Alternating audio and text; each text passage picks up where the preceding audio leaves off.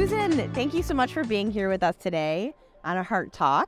We have Susan Davis with CodePRep here with us today, and we are at the IMSH conference, which is the International Medical Simulation Healthcare Conference in Orlando, Florida. So thank you for being here with us today. How are you feeling? I'm feeling wonderful. It's exciting to be here. This is a really cool place. Yes. So Susan, we would love for you to tell us just a little bit about yourself. So my name is Susan Davis. As we've said, I am a doctor of nursing practice, and I am currently a resuscitation education specialist that's pivoting, if you will, and bringing a program that I have called CodePRep to the world. So that's why we're so excited to have you with us. We want to learn more about CodePRep and your new endeavor. Can you tell us about CodePRep? So CodePRep is a really cool program that I created years ago now. I've actually been doing the program for about a decade almost in my local area. CodePRep is a resuscitation education program that is unit-based, and it strongly reinforces the first 2 to 6 minutes of the cardiac arrest response in hospital setting. Okay, wonderful. So tell us, how did you get into this space? Well, I started my nursing career in the emergency room in a trauma ER, and I'll never forget my very first patient was a cardiac arrest as a brand new nurse in a trauma ER. So first patient, very first compression of my life on a human, and it's an incredible experience to be in that moment and to be able to either keep somebody here on this planet and or not, but based on your skills. So I had a lot of experience in the emergency room, and we also would respond to codes in the inpatient environment. And I always found it, kind of amazing that when you'd arrive in the inpatient into a code, it was so different than it was in the ER. And it was really kind of a chaotic scene. And it always just kind of, I was wondering, why? Why is it so chaotic in the inpatient environment? So I was amazed at the training. I wanted to look at the training. What's involved with the training? I mean, was it any different than mine as a nurse? Why am I so confident and able to do it in the emergency setting? And maybe not so much in the inpatient environment. So that's when my journey on this getting into the CPR space started. Okay. Oh, wow. What makes CodePRep unique compared to other programs that focus on CPR performance? Well, I'm not so sure are there many that focus on CPR performance. In fact, I don't know if there are outside of a hospital setting. I know that many hospitals around the country and the world, not only because of regulatory bodies or some of their requirements, they'll do mock codes.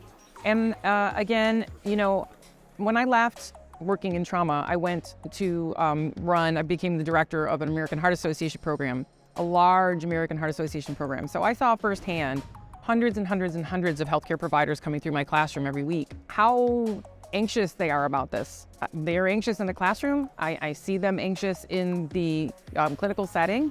And I went back to that training. So what are we doing that we should be able to have a very smooth, easy response? I mean, it's basic life support. I think what happens quite frequently is people go instantly to the advanced measures in their mind. They're thinking, I don't do this, I'm not critical care, and so therefore I'm gonna kind of get out of the way.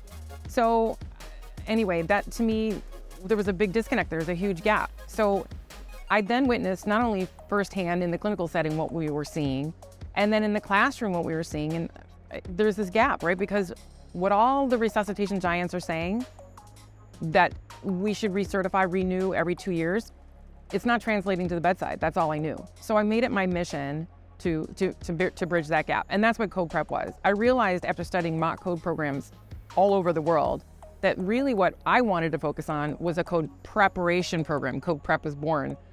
They needed to know what to do before we got there. And that's the first 2 to 6 minutes. And if you look at the data and the research, everyone says, recognize the problem, call for help, begin CPR, and use your electricity. And you've got 2 minutes to do that. So if the national average across the country for response teams to arrive on scene in the hospital is about 4.3 to 4.5 minutes, I'm not so sure that shocking's happening in 2 minutes or less. I found that kind of a hard nut to swallow, if you will. So anyway, that's what makes it different. It's hands-on, brief repetitive practice in the clinical setting, their equipment, their team, and ongoing. Kristen, ongoing. We're not going to do it once on a random surprise attack. This is something that's built in to go on forever. Right. So what organizations have already implemented your program? So I've been doing this for about a decade. So locally, many acute care hospitals in my area, and also outpatient areas, skilled nursing, SNFs, SNUs, areas that don't have, let's say, defibrillators, but AEDs. So many in my local area. The difference between what I've been doing the past 10 years and today is I'm finally ready to bring it out of my local area. So I'm in about 6 acute care hospitals, and that's every specialty, ER, ICU, inpatient, oncology, med-surg, peds, PICU, lots of different areas, radiology, respiratory, you name it. The OR. So what challenges do you see in optimizing clinical CPR performances? Lots of challenges. I think the minimum standard, again, since the recommendation is once every 2 years for basic life support and advanced and pediatric as well, all the research, even the American Heart's own research has been suggesting that 2 years is too long for a long time.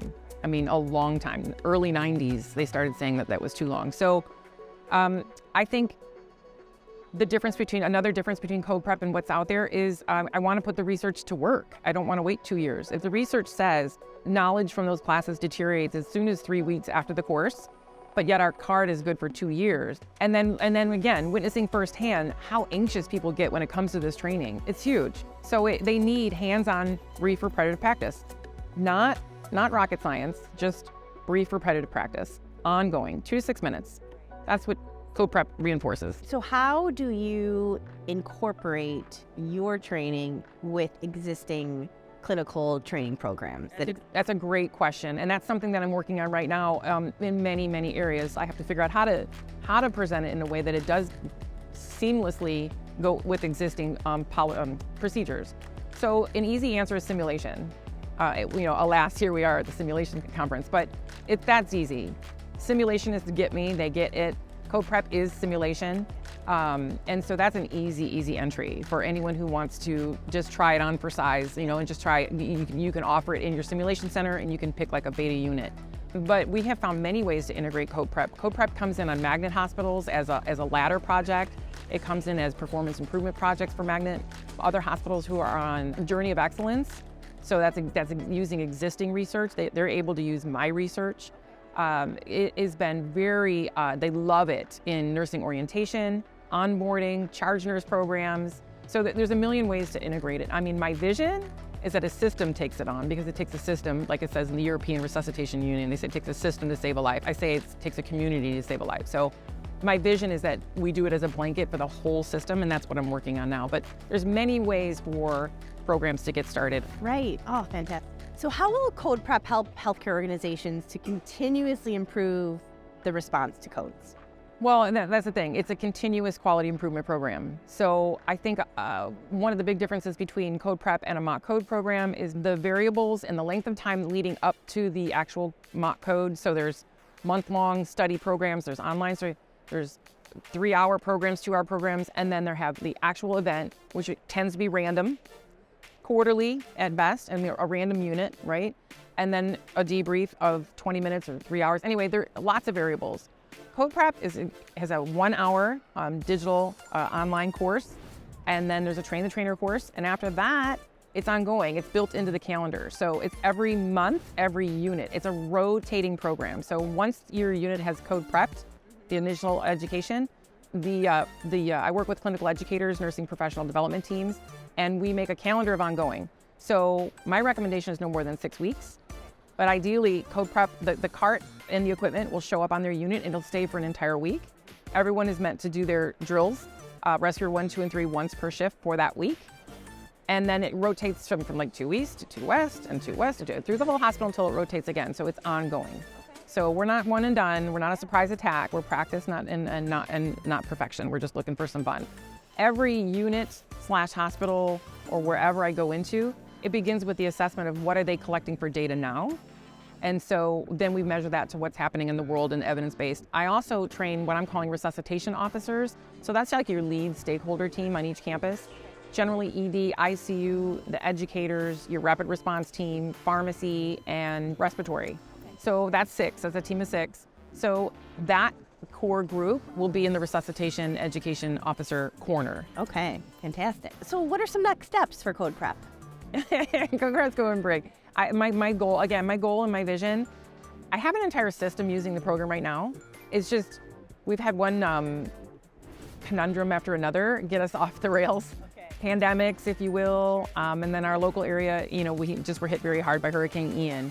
And just prior to both of those, we were really cooking with oil. So we had an entire implementation rollout program, and we were going, unit by unit by unit, hospital by hospital, and it was really coming together. And then the evidence starts stacking immediately, right? Because if you use it, it works. The beauty of it is the confidence in the people that are using it. Self-efficacy is something that I measured in my research, and it's really important to me, self-efficacy. So I always want to know pre and post, how do they feel about it? There's all kinds of numbers, in resuscitation science. What are we collecting? Time to first compression, time to first epi, time to first defibrillation. A lot of numbers. I really want to know how they feel. Do they feel better after they use the program than before? More confident. Yeah, and that's everything. Right. Because if you're confident, the numbers come. Right. And that's so, again, once they start using it, my vision is that we start saving a lot of people, and then the nurses and or other professionals, because it's an interdisciplinary program, definitely created with shared governance. They go home knowing they did the best they could, and that's huge. Is there anything else that you'd like to share with us? I just think that the resuscitation world, the future of resuscitation is CodePRep, and it's almost silly saying that, because it's like, how could it be so grand and so different? It's not. I'm just taking the science and putting it to work. Yeah. We need to do brief, repetitive, ongoing, hands-on practice with their equipment in their system and in their unit and with their teams. And that's what I'm doing. So it's not rocket science. It's less is more approach, and it's fun, and it really gives confidence and ultimately outcomes. It's always about the outcomes, and they improve. Easy. Right. Well, Dr. Susan Davis, thank you for being here with us today. We're so excited for CodePRep and the future of CodePRep, and thank you for all that you do every day to help save lives. Thank you. It's my pleasure. It's great to be here. Thank you.